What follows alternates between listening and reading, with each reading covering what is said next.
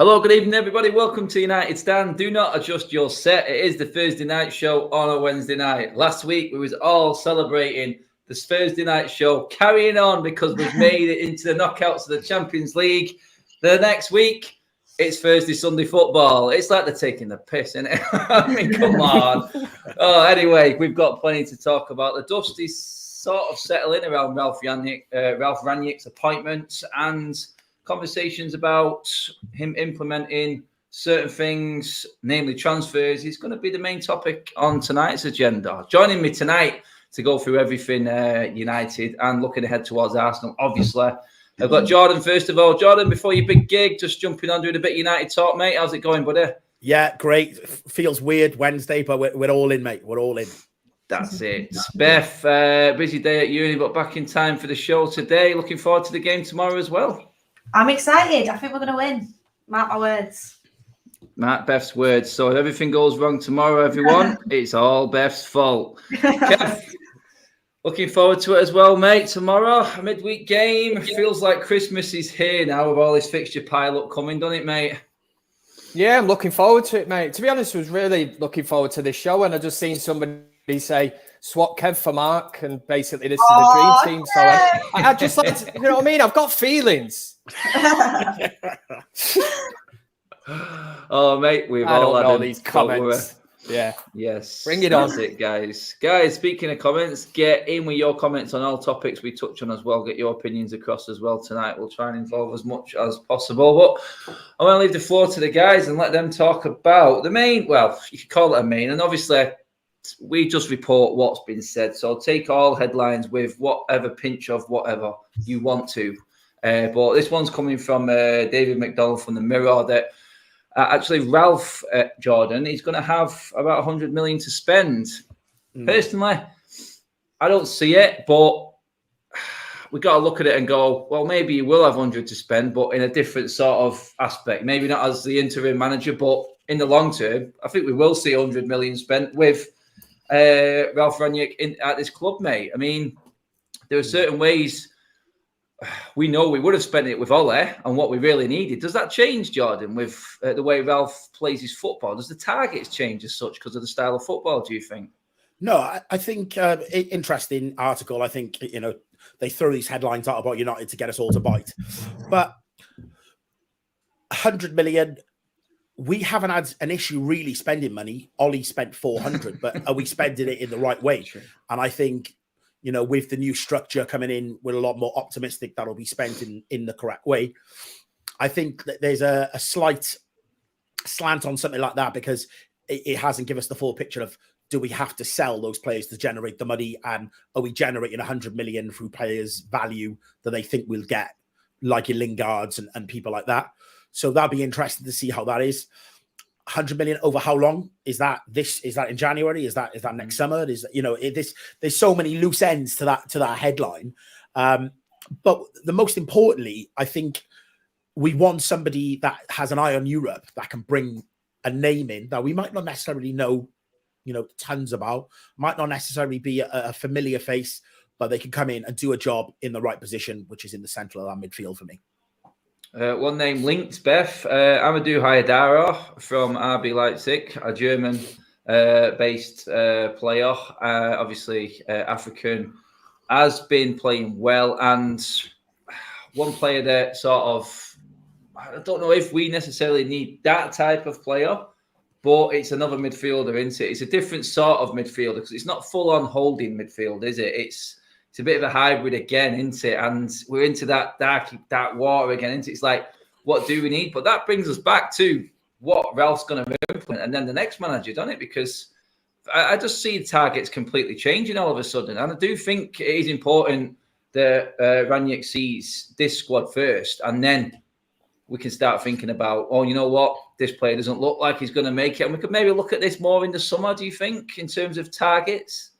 Yeah, I mean, when it says 100 million for Rangnick, I feel like we're not going to see much in January. I think it is a summer thing, especially if people are talking the chapter 4, if he gets top 4. I think that will obviously be a major contributing factor on whether he does get any money. But as you said, in the summer, he's meant to be leaving and then someone else is going to be coming in. So I feel like if he does have anything to do with the appointment, the next manager's got to kind of be on his wavelength, and they've got to be interested in the same type of players, the same type of style of play, because he's obviously going to implement something over these 6 months. And then if a new manager comes in and wants to play completely different, then what was the point of that, if you get what I mean? So I do feel it's going to have to be someone quite similar.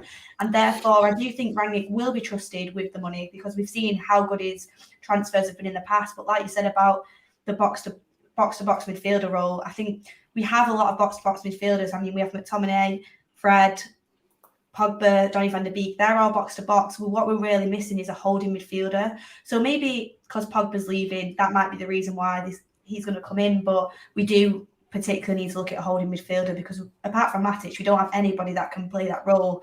And Matic, as we've said a million times before, he's getting on a little bit now and he can't play every game, and he's certainly not going to be able to play every game next year. I mean, there's talks about him possibly moving on.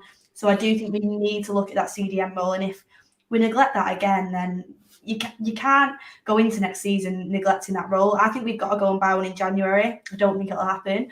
But that's got to be the first priority for me. I've seen Werner, I've seen Haaland, I've seen this midfielder from RB Leipzig. I'm not going to pronounce his name because I can't pronounce it wrong. I can't pronounce it right. But we need to be looking at a CDM first and foremost before we look at any other different player. That's the big question, though, Kevin. Isn't it? I mean, January is kind of a thankless task, isn't it, in a transfer window in terms of the real targets that you need and want.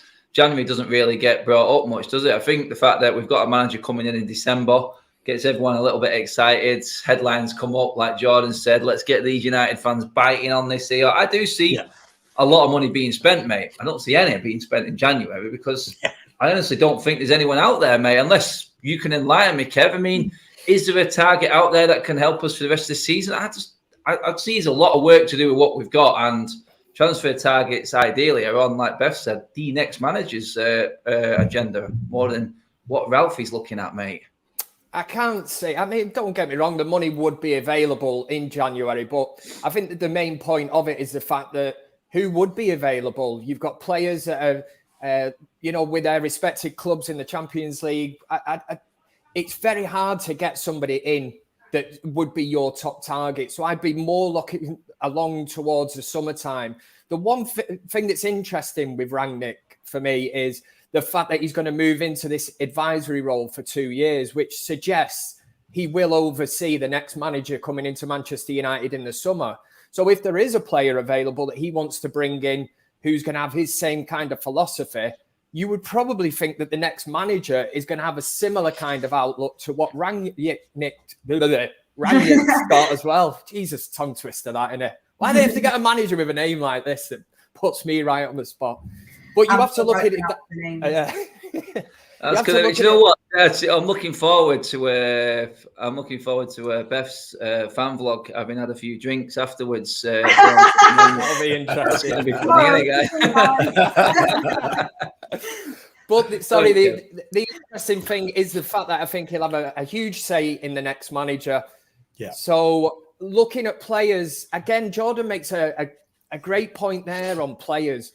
Everybody screams and shouts about the big names in football. And as Manchester United, we're a massive club. And yes, we should be looking at top targets. But sometimes the likes of, I think back to Peter Schmeichel wasn't a big name. Ronnie Johnson, Ole Gunnar Solskjaer.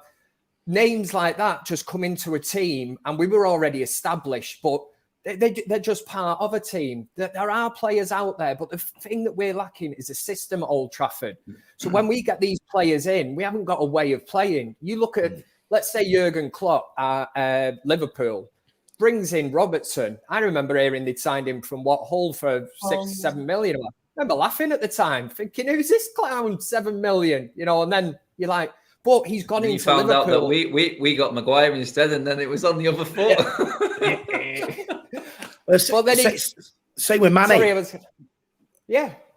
We were linked to Mane so much as well. Oh, and everyone laughed at that, Beth, didn't they? Everyone laughed at that. They did laugh. And then look what happened. It doesn't necessarily. Go and get players like Ronaldo, for example. He wasn't like I said this the other day. Go on, Kev. Finish off. I think we're going to be something at United. We've had our fingers burnt with mercenaries at this club over the years, and I'm hoping now this new era that they realise that it doesn't, you don't have to sign Di Maria, a Falcao, which was very dodgy at the time. Loved him as a player. You know, even more recently, Alexis Sanchez. We celebrated that because he turned down Man City to come to us when we know he didn't choose United because we were a bigger club or anything. He literally chased the pounds, didn't he? And things like that don't sit well with me at the minute. And that's why, from top to bottom, if we're going to make this massive change now, it has to be on decisions like that. Why not sign a player that we all go, oh, who's this? It doesn't necessarily have to be, you know, a big name top draw player. But don't get me wrong, if Haaland's available in the summer, I'll have him. But this is it, Jordan, mate. I said to Kev and to Jake on the show last weekend that Manchester United, through the history, and everyone was searching for this DNA of Manchester United. United's DNA was making superstars. We didn't buy them. We made them, mate. And this is what the United DNA was. You mentioned, like Beth said there, she mentioned the Ronaldos. You know, in the class of 92, they were young players. But just think, Rooney was made at United. Ronaldo was made at United. Cantona had a bit, but he was made at United. Robson, it goes back through the decades, Jordan. Yeah. And this is why I got excited about Rangnick more than anything, because I know that he isn't that we need this big player because we're Man United. Yeah. No, we're Man United and we make big players. And that sort of transfer window changes completely now, because he will go for like a Haidara from RB Leipzig. He will find that little gem that fits a system. And this is why I got all excited about him coming in, because it was a long-term plan. And that's where I see, I don't know about you, mate. I mean, there is one name, and we'll talk about him in a minute, which is an obvious one because he is ridiculously cheap for what he is in the current market. That is Haaland. But it's about that young gem, that up-and-coming player that he knows is going to fit. Do you think that it has to be settled and we have to be in a system like Kev says before we bring in that up-and-coming player, though? Because it's hard for one of them to come into an unsettled squad like it is now as such. Yeah, you're right about we make our own stars, and we make those stars through success, but also moments. You know, your Kanchelskis, even your Poborski and people like that. They give us those moments, and then they become folk heroes. So we shouldn't be scared to build our own. Diego Forlan. Do you know what I mean? Those kind of players, they've come in and they become heroes, fan heroes, because of moments. And I think with Rangnick, he can come in and he looks at the team, and it is about a system, but it's also about knowing what's wrong with the current system, if that makes sense. So rather than just signing, like we said, Ollie's took us to a point. We appreciate the job that he's done. We don't want somebody to smash it to bits. We are 3 or 4 players away, I think, now from having a more balanced squad, and a squad that is capable of delivering trophies. Got to remember, with Ollie, we got to a number of semi-finals, and we couldn't just cross the line. We got to a final as well. So we're not a million miles away. And I think that's important for us to remember. I think the recent run of games has all got us in our feelings, and, you know, we just got to put it into perspective. But somebody coming in without the emotion and just looking at it with a fresh set of eyes will look at it and go, right, well, actually, they're not that far away. Let's have a look. What do we actually need? And then going out and signing players, not for namesake, but for filling the holes in this current squad. So 100 million spent in the right way is probably enough money to fix the holes that we need. You know, you look, I still go on about Basuma. I absolutely love the guy. I know he might not be having the most amazing season now, but what he can do in our team would completely change the dynamic of it. You ain't going to have to break the bank to go and sign a Basuma. And there's other players out in Europe. I think that position, there isn't many world-class names in that position. They almost are like unsung heroes, aren't they? They sacrifice themselves for the team. So, you know, there are players out there that can do a role. So, yeah, I think Rangnick can come in, look at the market, good scouting network, ability to spot a talent and develop that talent and give them an exact role of what they want him to do. And I think we could really make a difference with 100 million on our team, spent in the right way. Yeah, I mean, Beth, though, honestly, be honest, be real now. We were going to win the league with you at the start of the season. I know I'm not bringing it up just to set you up or anything like that. But show Adam, don't worry, I'm used to it. Now, look at it this way, yeah. Look at it this way, Beth. Yeah, we've got trying to be optimistic, all right? Yeah, that's it. I like it. And now I'm going to throw some more optimism right back at you, Beth, yeah, because back in the summer, what would you say was the one worry going into the season? It wasn't the squad. It was the manager. No. It was the manager, wasn't it? Things. It was the manager and it was the CDM role. They're the two things that I think more things have arisen over the course of the season in the squad. Obviously, the manager's now gone, but that got a lot worse as the season went on. But like you said, it's the playing style that's mainly been criticised. I do think for me, there's two main positions that I'd want to get people in there for. Yeah, but should we even be looking in the transfer window? I mean, yeah. right now. So for instance, we don't know what formation Ralph's going to play, but would you not see Donny in that holding role for the rest of the season? Because we've not seen him, and we don't know if he can do it for a full season yet.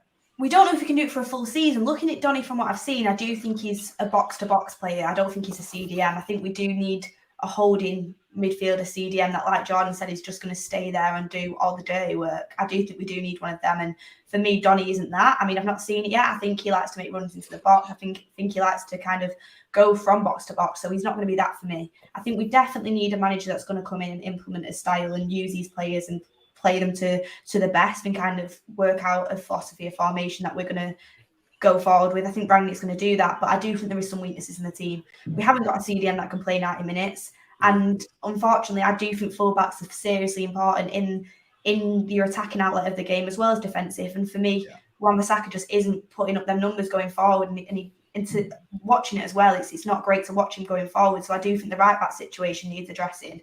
He's so good defensively, but going forward, he just holds a lot of the team back, in my opinion. So there too, you can't take, no matter what coaching comes in, for me, looking at them now, that them positions are a weakness in our team.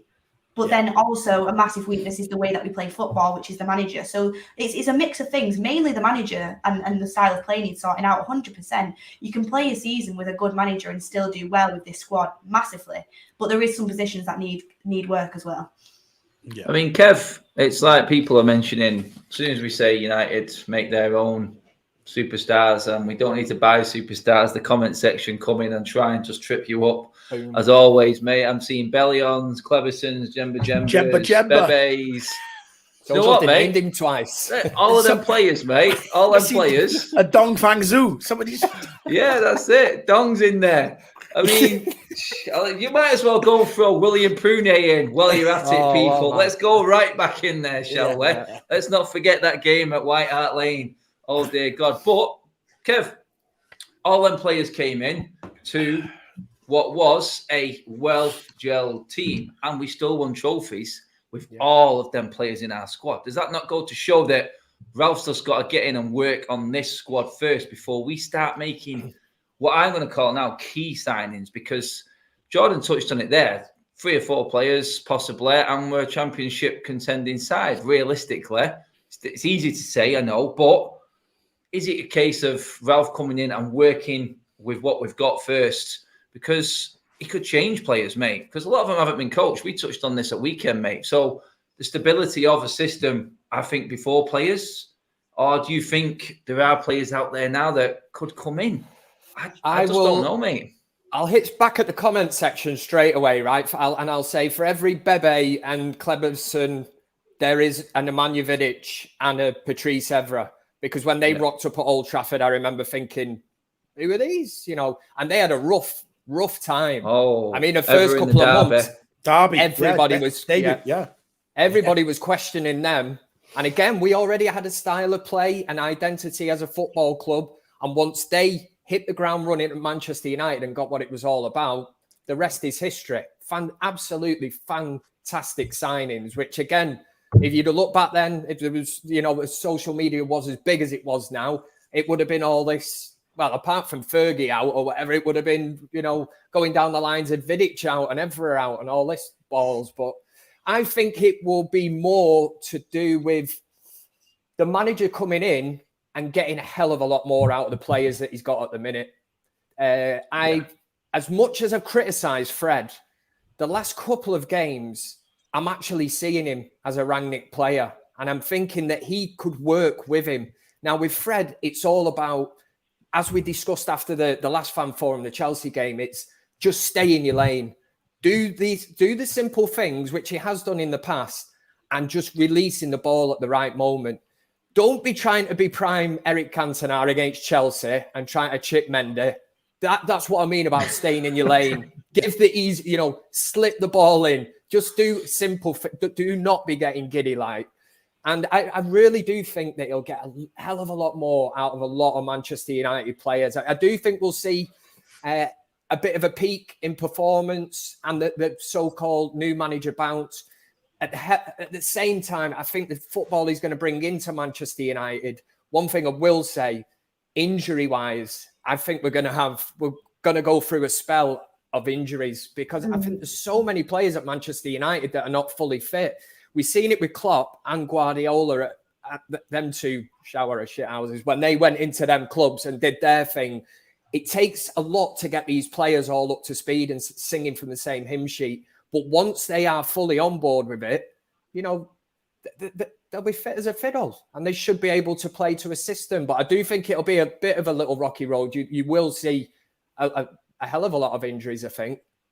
Well, that's it. I mean, people would say, though, that Tuchel has set the benchmark, Jordan, mate, and he has shown exactly what a manager, believe it or not, from that German style of managing and coaching, coming into an average at time Premier League team. It's ticking a lot of boxes here and saying a lot. People are saying that Tuchel has set that benchmark. I mean, he came in, less time to work with, and turned Chelsea from where we are now into top 4 and with the trophy. Should have won 2 trophies, in fact. Lost to Leicester in the final. So it's a case of now, mate, and I've not spoke to you on this, but where are your expectations with Rangnick? You look at it and go, no excuse. Chelsea did it. Why can't United do it? People say that they've got an equally just as good a squad. Yeah. Or is it a case of this lot being so bad? And like Kev said, then it's going to take time and it's even more difficult mid-season to get these players fit enough to play a certain style. Where are your expectations on that, Jordan, mate? Yeah, that's good question. I think the difference is that when Tuchel went into Chelsea, he was going in there knowing that he was there for X number of years. Rangnick's job now is to come in and to tee us up ready for the next manager. So there's only so much influence that he's going to be able to have on the team in the right direction. But ultimately, his job is to prepare the team and put us into a position ready for next season. And that was the language from the board that they put out there. The whole interim manager. So it is slightly different, but also very much the same. We've spent a lot of money in the summer like they did. We had a squad that all of us at the beginning of the season said, regardless of the fact that we didn't sign a CDM, we should still be challenging. We finished second last year. We should be able to kick on. We got to a final and lost the final. We should be able to kick on. So there are a lot of similarities. I think, we should be competitive. I want us to get into the top 4 and I want us to get to the latter stages of the Champions League. I'd still like us to win the FA Cup. I can't see why there's no reason why we can't pick up a trophy this season. And that should be the message that goes up from the board. We shouldn't be writing off this season, as done in November. That's not the mentality. We're very much in 2 competitions and should be aiming to get into the top 4.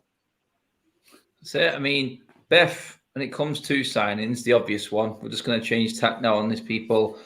Everyone's concerned with the likes of Ronaldo and how he is going to come and work with Rangnick when he comes in. Obviously, a totally different style player to what Rangnick's used to working with, or what his expectations for what a player would do are in Ronaldo. Haaland is available in the summer, and I know the name keeps popping up. He brings Raiola with him and all the garbage, but is Haaland that type of player that Rangnick would take at Manchester United? In fact, Beth, if you asked Rangnick, would you have Ronaldo or Haaland right now? Who do you think he would pick?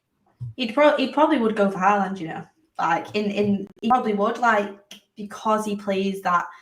He's younger, he's going to press, he's going to give everything. And Ronaldo does press when you want him to, but he's not always going to be able to do that for every single game. And it's not part of his game. He's not pressed for God knows how many years. So I don't know if... I would like to think Rangnick's going to come in and Ronaldo's going to adapt to his style of play, and he's still going to play, and Rangnick's going to find a way to make it work, and I think it will work. But if you asked him, would he rather have, a young 20-odd-year-old, 20, 23, something like that, 20-odd-year-old who's he's already managed before. He extremely likes the player. Apparently, he already wants to bring him back into Manchester United. He's going to press. He's going to give everything for him. He's probably going to go for Haaland. But at the same time, Ronaldo is one of the best players in world football. He's won everything. He's got the mentality. He's got experience. And he will give everything for the team as well. I do not doubt that whatsoever. If he's coached properly and Rangnick gives him a set of instructions, I do believe that Ronaldo is professional enough and good enough to carry out them instructions. So for me, it doesn't really matter, but you probably would pick Haaland over him at the moment. But we'll have to see what happens when you can't really call it until Rangnick comes in and you see the way he works with Ronaldo and the way he sets up with Ronaldo in the team. So we'll just have to wait and see. I mean, I think he's going to want to get Haaland. He's going to try and get Haaland in summer. Whether that happens, I mean, I'm not sure. If you're Haaland in his position and you've got the likes of Chelsea and Man City after you who are miles ahead of us at the moment, I'm thinking you're going to edge towards them. But at the same time, Rangnick's got a good relationship with him. He's going to want to come in. And apparently, it's being reported that he's going to get 10 million if he manages to convince him to come. So that might be an incentive for him as well. Oh, that's bringing up news we didn't know about. I mean, Kev, Haaland is one of these players that you look at it and you go, if you had the chance to get him and you was in a position to get him, you would go and get him. 67 million with the buyout in the summer is just ridiculous money. Chelsea have Lukaku. City are losing Pep next year, so I think that takes away Haaland's initial thinking, personally. I don't think Liverpool are going to be able to afford him.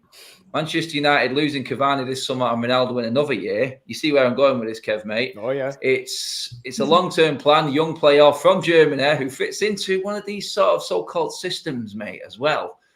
But then again, are we losing a Mason Greenwood, a Marcus Rashford? This is why this next 6 months, mate, are absolutely vital. Because, yeah, we'd all take Haaland in a heartbeat, won't we, Kev? But it's what we lose in the process. We've all lauded Rashford and especially Greenwood recently, but these are the players I probably worry about more, mate. And you know what? I would love for one of them to come through and just go, nah, you don't need Haaland. This is me, I'm here now, and this is where we're going. Where do you sit on it, mate? I mean, Haaland is that, but we are going to lose someone, mate. We are going to lose one of these young players. And is that taking away a little bit of the so-called DNA to bring in a big name and lose a young lad? Possibly, if you look at it like that way. But again, if we're going to get dragged back down with sentiment and that, which we've just spent 3 years doing, do you sacrifice a youth team academy player for a world? Well, he is world class, Haaland. He'd walk into any team in the world. That's what I define world class as. So as Manchester United, he walked straight into that team. Now, as regards to who he would get in front of, I would say out the names you just mentioned, possibly Marcus Rashford would be the one that would be probably the most worried about his Manchester United career. I think Greenwood has got plenty of time on his hands. Yeah. Closest thing I've seen to Van Persie, left foot, right foot, unpredictable, and more long-term will feature more at Manchester United. Sancho, I see him as being a Rangnick player. He's on the right-hand side. And maybe possibly part of Haaland, apart from coming to Manchester United for the stature and all that of the club, will be the fact that he is best mates with Sancho. So you look at he's not been any stranger to actually saying that he would love to hook up again with him. So when you throw all that in the mix, I would say probably Marcus Rashford would be the one that would have to be looking to pull his socks up. I know he's come back from injury, but from what I've seen of him recently, I've been very, very disappointed. And I know he's a Mancunian and this and that, but sometimes you have to take them glasses off and just look at it for what it is and go, well, if he's not good enough, he's not good enough.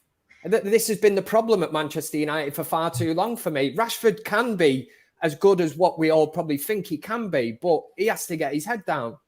And he has to train. And it's the reason that when Ronaldo come back to the club, when Cavani signed for Manchester United, I said that these players up front should benefit from having, such legendary figures of European football, top strikers. And I was thinking, if they can watch them in training, everything they do, holding up the ball, the movement and that, but obviously, I've just not seen anything of it. I would always choose Cavani over sort of the likes of Rashford any day of the week. Beth. Yeah. Can I just jump in on that? Go Jordan first. Go on, Jordan. Yeah, I just two things. You're right. You're absolutely spot on there, Kev. If I was Rashford, I would be concerned if we're looking at bringing in somebody like Haaland. From Greenwood's point of view, that would mean Greenwood's trained with Cavani, Ronaldo, and Haaland, and with his ability, if he then can't go on to be our number 9, then we've done everything as a club to support him and try and bring him on, in my opinion. He's not going to be the number 9 though if Haaland comes in, because Haaland's young. And he'll be there for quite a few years. He will leave eventually. He'll do the Riola thing. Yeah, exactly. Haaland will be a number 9 after Ronaldo then. Yeah, he would be. But like you said, it is the road show. He's not going to stay. He's not going to stay with us 5-6 years. We'd be lucky for him to get him to see out a full contract with us. I think ultimately his goal is to get to Real Madrid. Rashford, yeah, you're right. He hasn't played well since he's come back from injury, and I think for me, he's always sort of split opinion amongst a lot of fans. But what always bailed him out was the fact that his stats were always there with his assists and goals. And as soon as that's come away from his game, he's exposed for what he is, which is making a lot of bad decisions lately. So I really hope that he does come on, because he is one of our own, and you do want to see it work.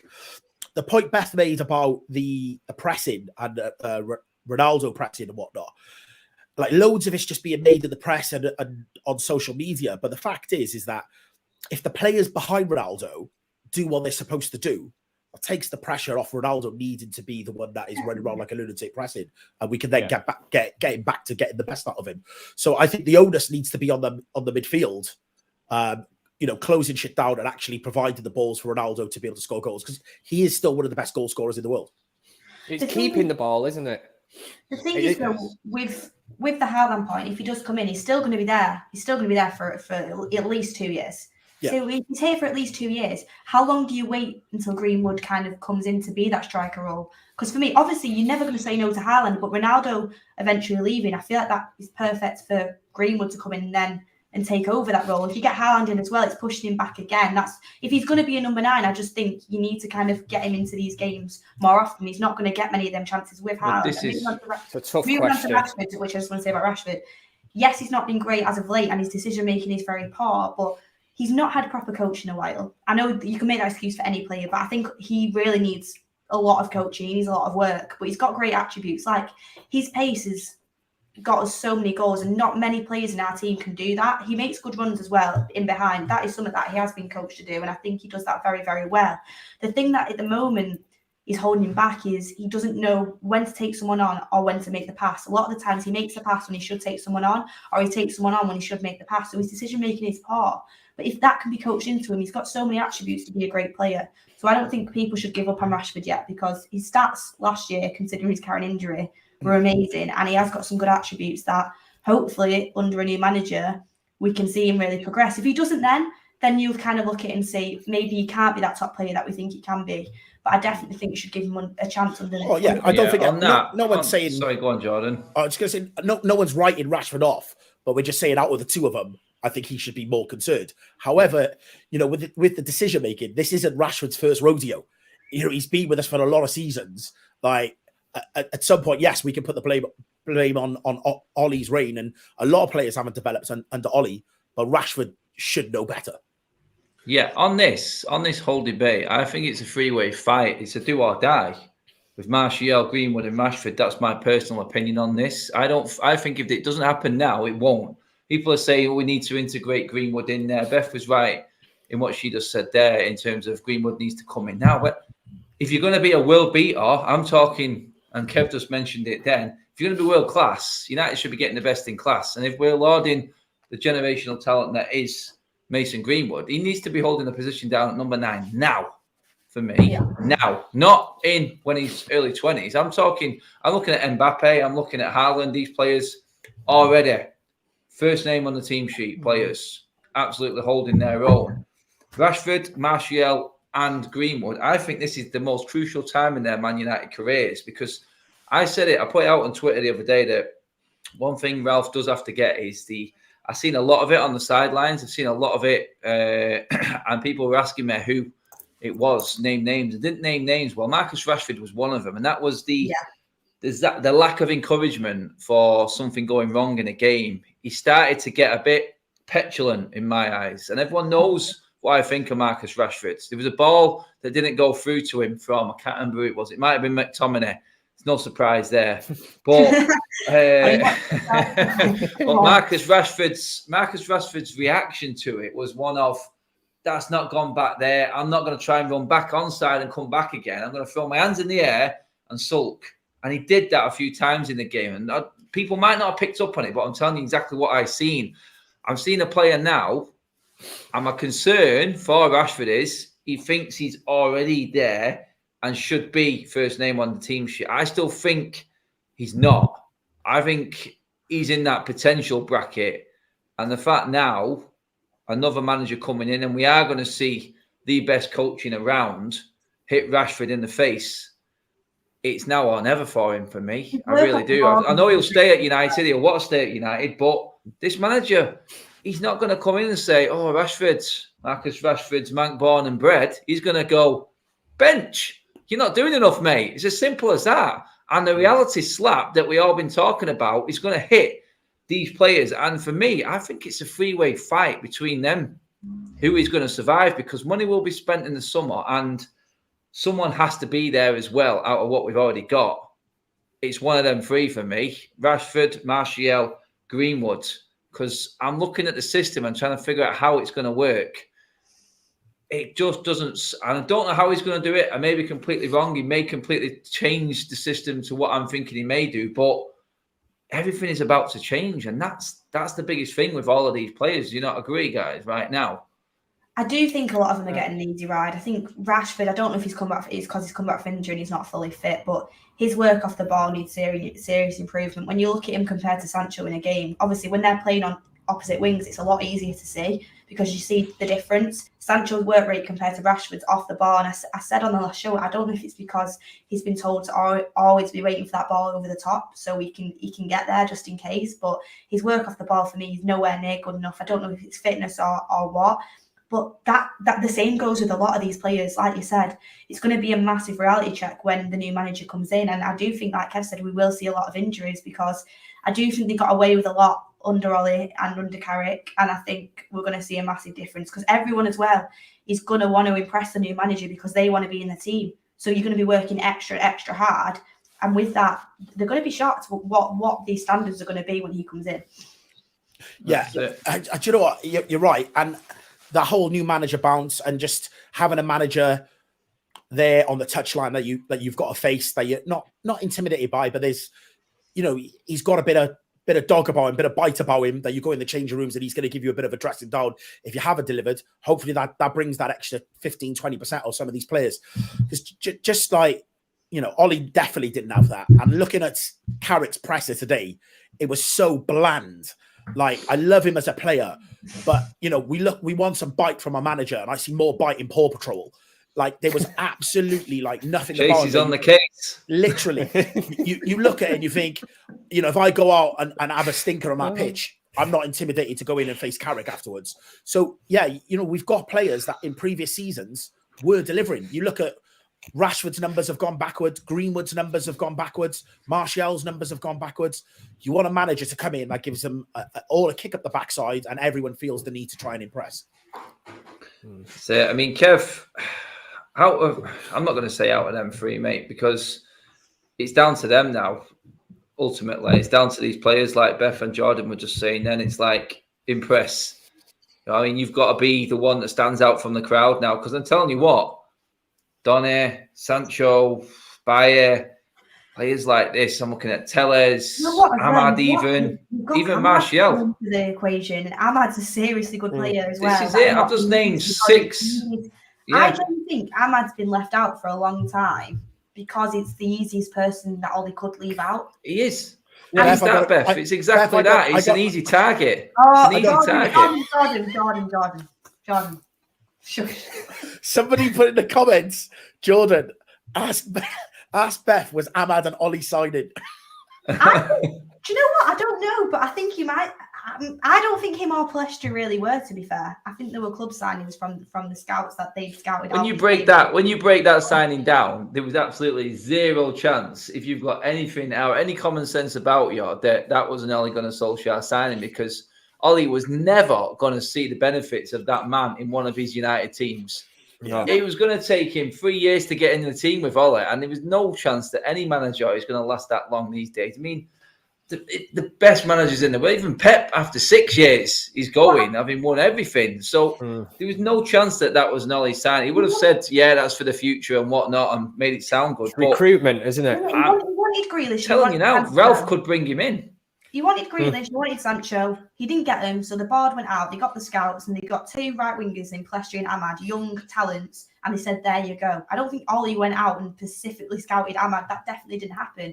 And because he's 18, because he's young, and he had people that he wanted to kind of keep happy within the team, Rashford, Greenwood, that he's been loyal to, he's gone, Ahmad, go into the under-23s, which I definitely think he should have done it first. And he's left in there because he can't get into the team because of his favourite situation.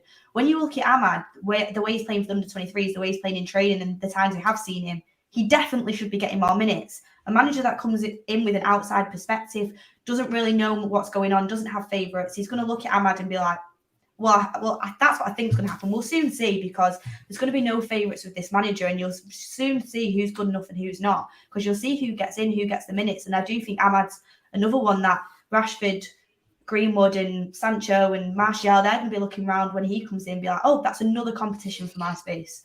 That's it. I mean, I was going to say, in terms of the transfers, guys, who you all thought should come in, but realistically, we've probably gone down the right route here and saying who we think might get in, who we've already got. I mean, I've left that one there for you from Holly, Kev.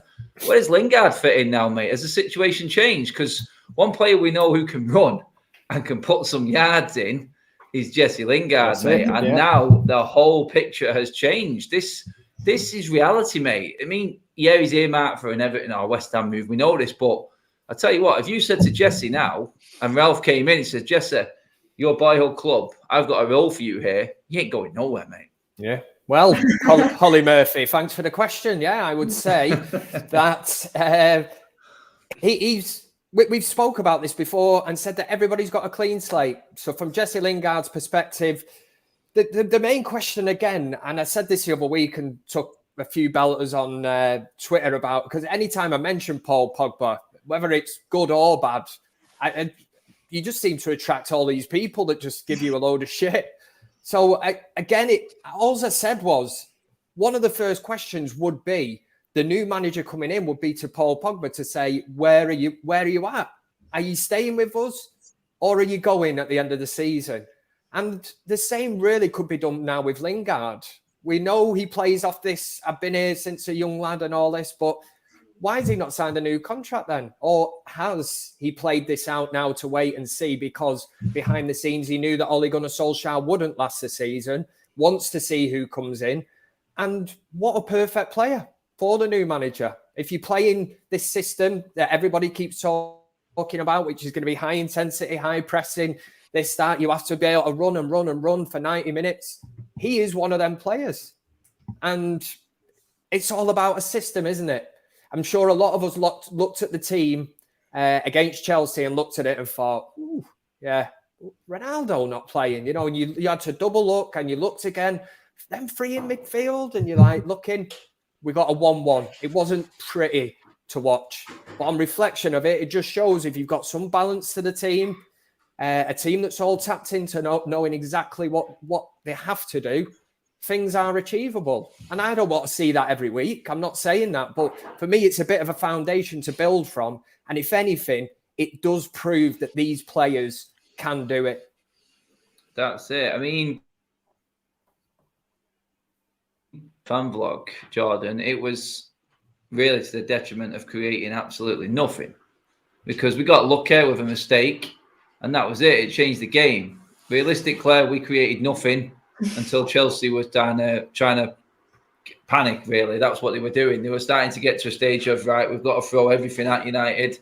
I do believe the defence shone, and the fact that De Gea hardly had anything to do in the second half is a massive credit. It's the way we were set up. But when you've got 8 defenders on the pitch, mate, you're expecting to at least hold a little bit of a threat in defence. That's exactly what I was going to say. That's exactly what I was going to say, mate. Yeah, you put 8 defenders on, and yeah, you'd like to think you could defend. We've seen it before. We've not been able to. Let's just put it that way. Yeah, I think we've always said, there's there's certain players for certain games and certain formations for certain games. And like I said on the fan forum, you know, if he'd got that decision wrong for dropping Ronaldo, we got beat 3-0, I would have hammered him, mate. I would have really, really hammered him. But he got it right, you know, and this is it. And like Ollie always says to Carrick, fine margins. He made the decision and he got it right. So let's see what happens with the game tomorrow. But I'll tell you what, if he sets up with that same formation tomorrow, I'll be fuming. Because, you know, we can't show Arsenal the same respect that we show Chelsea.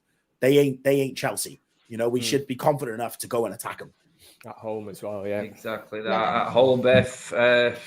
This is it. We'll get into the Arsenal game a bit now and get our thoughts on. And guys, get your thoughts on what you think is going to go down tomorrow night as well. I mean, Arsenal at home isn't Chelsea away, Beth. We can't be playing overly defensive at Old Trafford. Carrick knows this, but I do think he will struggle ultimately with the balance of it. Similar to how Ollie got it mixed up between City and Liverpool. It's like overly attacking and open to really, really defensive, but absolutely garbage while doing it. It's a fine balancing act. I mean, Maguire's back. Does he come straight back in for you, or do you keep the defence that played well against Chelsea, Beth? I mean, there's a few big decisions for Carrick in his last game, or do you think there's going to be some sort of covert microphone operation of Ralph sticking his oar in here and getting some tactics across? I do think it'll be Carrick's team, and I think Carrick will set up the team. Do I think Maguire will come back in? If it's anything like Ollie, which we've seen he kind of is a little bit so far, but he has had the balls, to be fair, to make some big calls. So I don't know, we'll see. But I wouldn't pause the call. I would keep buying in Lindelof in the defence. I thought they had a great game. They were two players that massively stood out at Chelsea. I thought they both played great. So why would you put the incentive out for the players if you have a great game and play that well in defence against a Chelsea team that are top of the league, that you still get dropped for someone who got sent off and threw the team kind of under the bus against the Watford game? No, I don't care if he's captain. I feel like them two should keep the position in the defence. And I would bring in the front three. I'd play Rashford, Ronaldo and Sancho. And in midfield, I'd have Bruno as the can. And I'd play Donny and Fred together personally. They've not got that much height, Arsenal, and I think they have got young players that kind of like to get the ball quickly and pick the ball up quickly. And I think Donny and Fred would be great for that. Fred can't be dropped because I thought he played well last game despite his getting a bit carried away with himself at the end. He played well the game before that as well. And I'd like to, you're at Old Trafford, I'd like to see someone a little bit more attacking next to him. And McTominay's been poor for quite a few weeks now. He had an all right game, to be fair, against Chelsea. I thought he played well. But despite that, he's not been amazing, and he does like to play backwards. Against his Arsenal team, I want to see someone playing forwards. I think Donny could do that. I don't think he'll play like that, but that's how I'd like to see us set up. Yeah, it's funny. I don't know if you guys seen that meme of that picture of Fred being passed the paper from the sidelines off Donny. And on it read, don't try that stupid chip thing ever again. And Fred's face, it was absolute classic. But one thing that Beth touched on there, Kev, was, and he was pulled up in it. I'm sure you've seen a video on Twitter about McTominay's decision making and the defensive and negative style of his play. Not being able to see that pass forward through the lines is what ultimately lets defenses set up and get stubborn and behind the ball because we don't move it quick enough through them lines, Kev. I mean, Donny to come in for you, mate, in this type of game. I mean, Arsenal will be a bit more open, I think, as well, though. So it's how you want to approach it, mate, innit? Do you play safe, get through your little interim period as unbeaten as Carrick and go away with a bit of credit? Or do you go, you know what, let's go out with a bang and let's just play the same sort of system, but with different personnel? I don't think you can go too far wrong with that, really, mate, can you? No, I mean, I think like Jordan said, this isn't Chelsea. It's Arsenal. We're at home. You'd like to think a bit of attacking. You're going to have the home crowd behind you. Van der Beek, 100% for me, would start tomorrow. I think the intriguing thing is, and Carrick's come out today and said that he's not even spoken to Rangnick yet. You know, the man was at Old Trafford today, and I'm thinking he spoke to him. And the interesting thing tomorrow, I mean, an hour prior to kickoff tomorrow, will be the team news. Because I think if you get a team again where you go, oh, then I'm starting to look and think he's definitely had input into the last couple of team selections. Because I was talking to this with my mate today on the phone, and I said, either Carrick has made a massive call by dropping Bruno against Villarreal and then Ronaldo against Chelsea, or Rangnick's had some kind of influence on the decision to start them games like that. Because for me, it just totally undermines. Carrick worked on for 3 years under Ole Gunnar Solskjaer. And yet, the minute Solskjaer gets the bullet, Carrick starts making all these wild calls saying, right, Bruno, you're on the bench. Ronaldo, you're not starting at Stamford Bridge. There's something very, very strange. And I know we all laughed on Sunday, the fan forum after Chelsea, saying, oh, Darren Fletcher had an earpiece in. And I was like, yeah, whatever. He was listening to the Proclaimers or whatever. Bit of 500 miles on. But, yeah. Tomorrow, my midfield pairing that was the round trip, mate, about 500. 500 miles. Would be Fred and Donny van der Beek. That would be my midfield too. I really would go for it. And from what I've seen of Van der Beek, that second half cameo against Watford, he's the only one out of that bunch that passes a ball forward, actually gets his head up and can play a defence splitting pass. And if you've got Ronaldo up front, which didn't have his shooting boots on against Watford, but give him the right opportunities, 9 times out of 10, he sticks them away. That's it. I mean, sorry, when you're one of the forward players and McTominay has the ball, and Fred does it sometimes as well. To be fair, I've seen Fred trying to play forward a little bit more recently, actually, and kind of doing it quite well.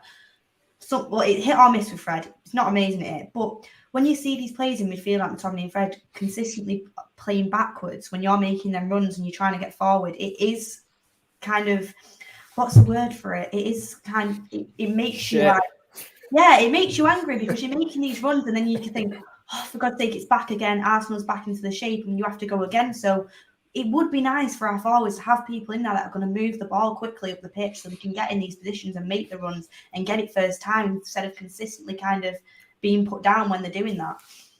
I mean, we're all praising the likes of Fred and everything, Jordan. Let's not forget. I would say Fred has gone 3 marks up in his last couple of games. That's because he's gone from a 3 to a 6. Let's get our standards right. This is what Fred is, and hopefully the coaching setup now can get into him, like Kev said there. Stay in your lane, mate. Win the ball, pass it to someone else. Let's go. Get back in your position. Be a nuisance. We're always going to need that type of player. We've just not been able to balance it, mate. I mean, against Arsenal, you would expect us to be more on the front foot, Jordan, surely. Does that concern you with what we're leaving open at the back, though? Especially if Maguire comes back in, because one thing that Arsenal have got is an abundance of pace.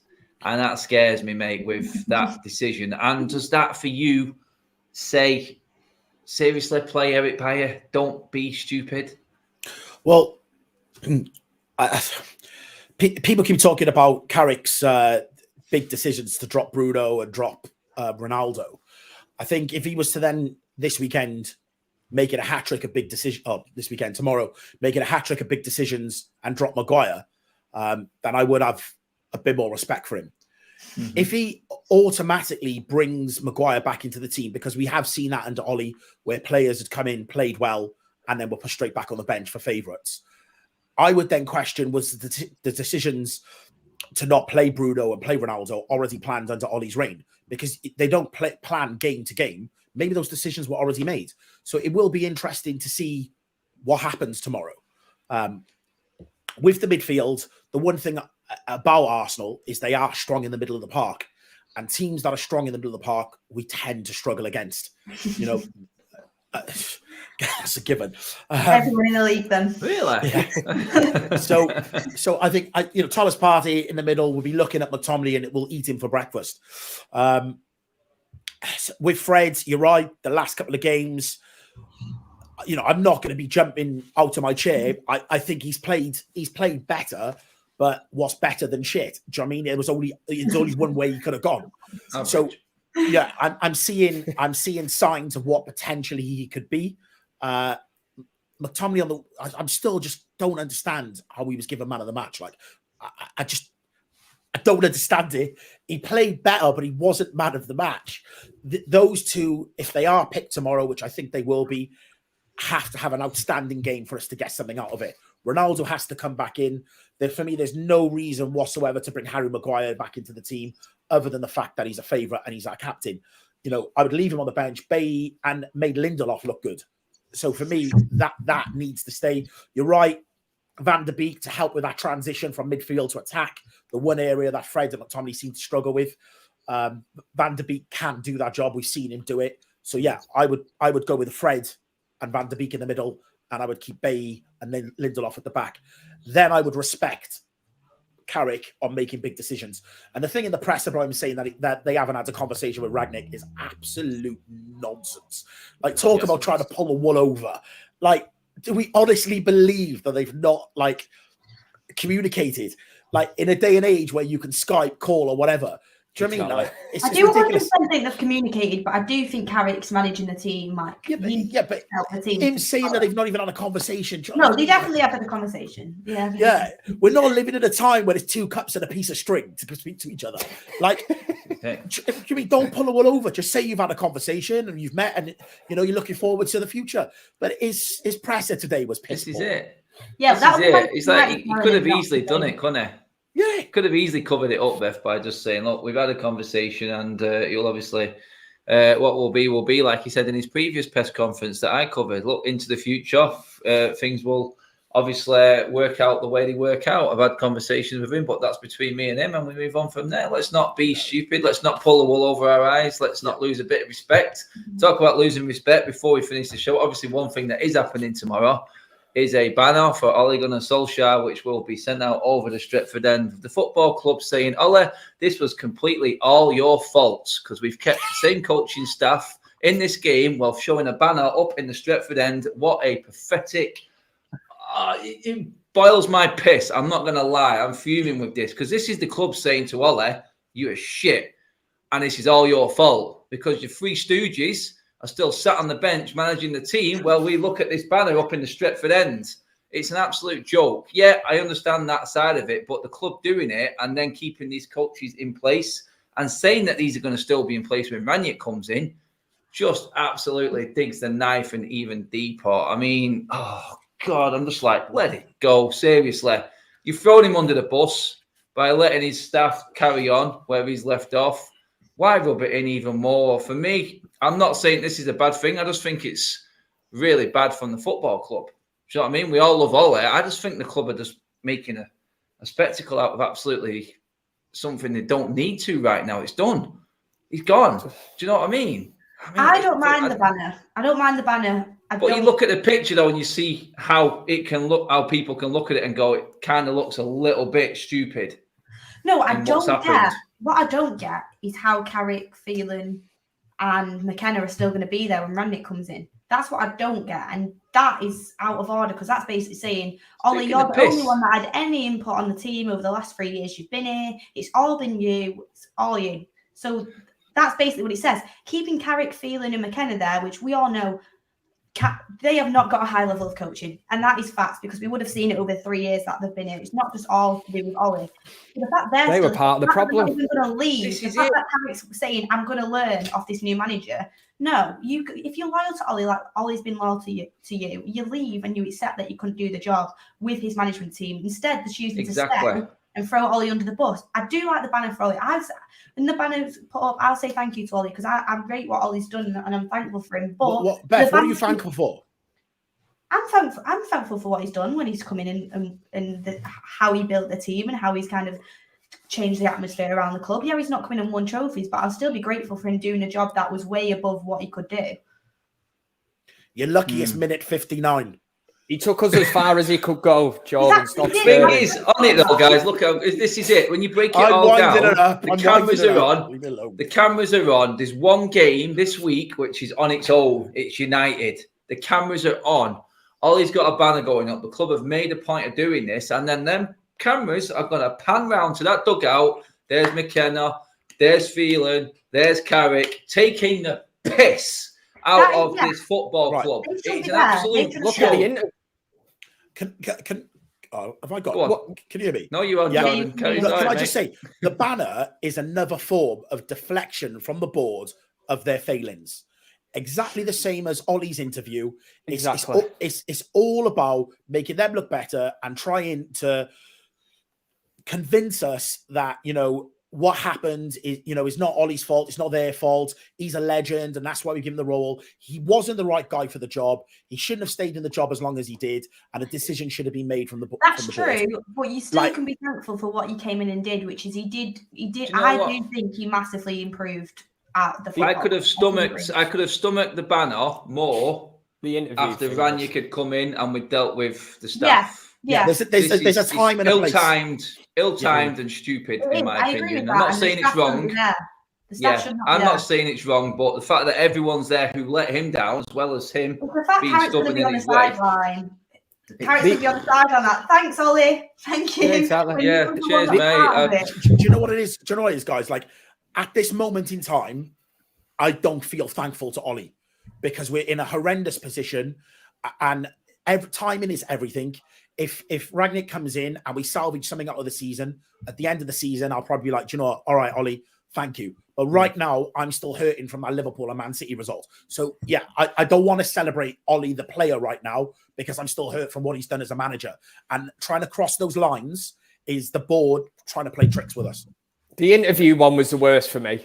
Yeah. I can't think of any other manager in world football that a couple of days after, got sacked and comes out with an interview saying goodbye. I understand everything Ole Gunnar Solskjaer's done for Manchester United, but Beth loved that. I know that, but what you have to look at is Solskjaer was a bit of a puppet. He was massive. They put him in that position the same way they put him in the position of being Manchester United manager. Knowing he chose to do the interview, though. What? Sorry. He chose to do the interview because he didn't want to. I would have stopped him. He chose to do the interview because when did he ever say no to the Glazers? He didn't say no to the Glazers his whole reign. He did whatever they told him. Anyway, guys, that pretty much is it for Give me another 30 minutes. No, give me another 30 minutes. A sign of a good show when we could be going on forever and ever, and super chats come in after an hour's gone and keep me talking. Thank you. But cheers for the super chats, everyone. Thank you. Brontosaurus Rex. Love the name. Guys, quickly before we go, hopefully that fan in the crowd at Watford, which has suspended the game, is okay and everything goes well there. Hopefully that all works out well. We are a football family, and obviously we don't want any supporter suffering while watching their club or going to the game and doing what they love doing the most. So thoughts go out to him and the family and everyone concerned, and hopefully it comes through okay. Guys, thanks for all the super chats, all your comments. Absolutely on point tonight. Go watch some football. God knows what's going to happen in that Merseyside derby. Anyway, our game is tomorrow and we'll deal with us then. We'll all be back. Match day content is back tomorrow. Road trip, fan vlogs, everything. Me and Beth are on that at the ground. Jordan, and I'm not sure if you're back tomorrow on the forum, mate, or Kev, you're definitely on tomorrow. On forum crew, assemble. Yeah, tomorrow. Guys, cheers for coming on, everybody. We're going to wrap it up there because we've gone well over anyway. But guys, thanks for tuning in. Do hit the like button on your way out. Subscribe to United Stand as always. For now, we are out of here, everybody. We'll see you tomorrow.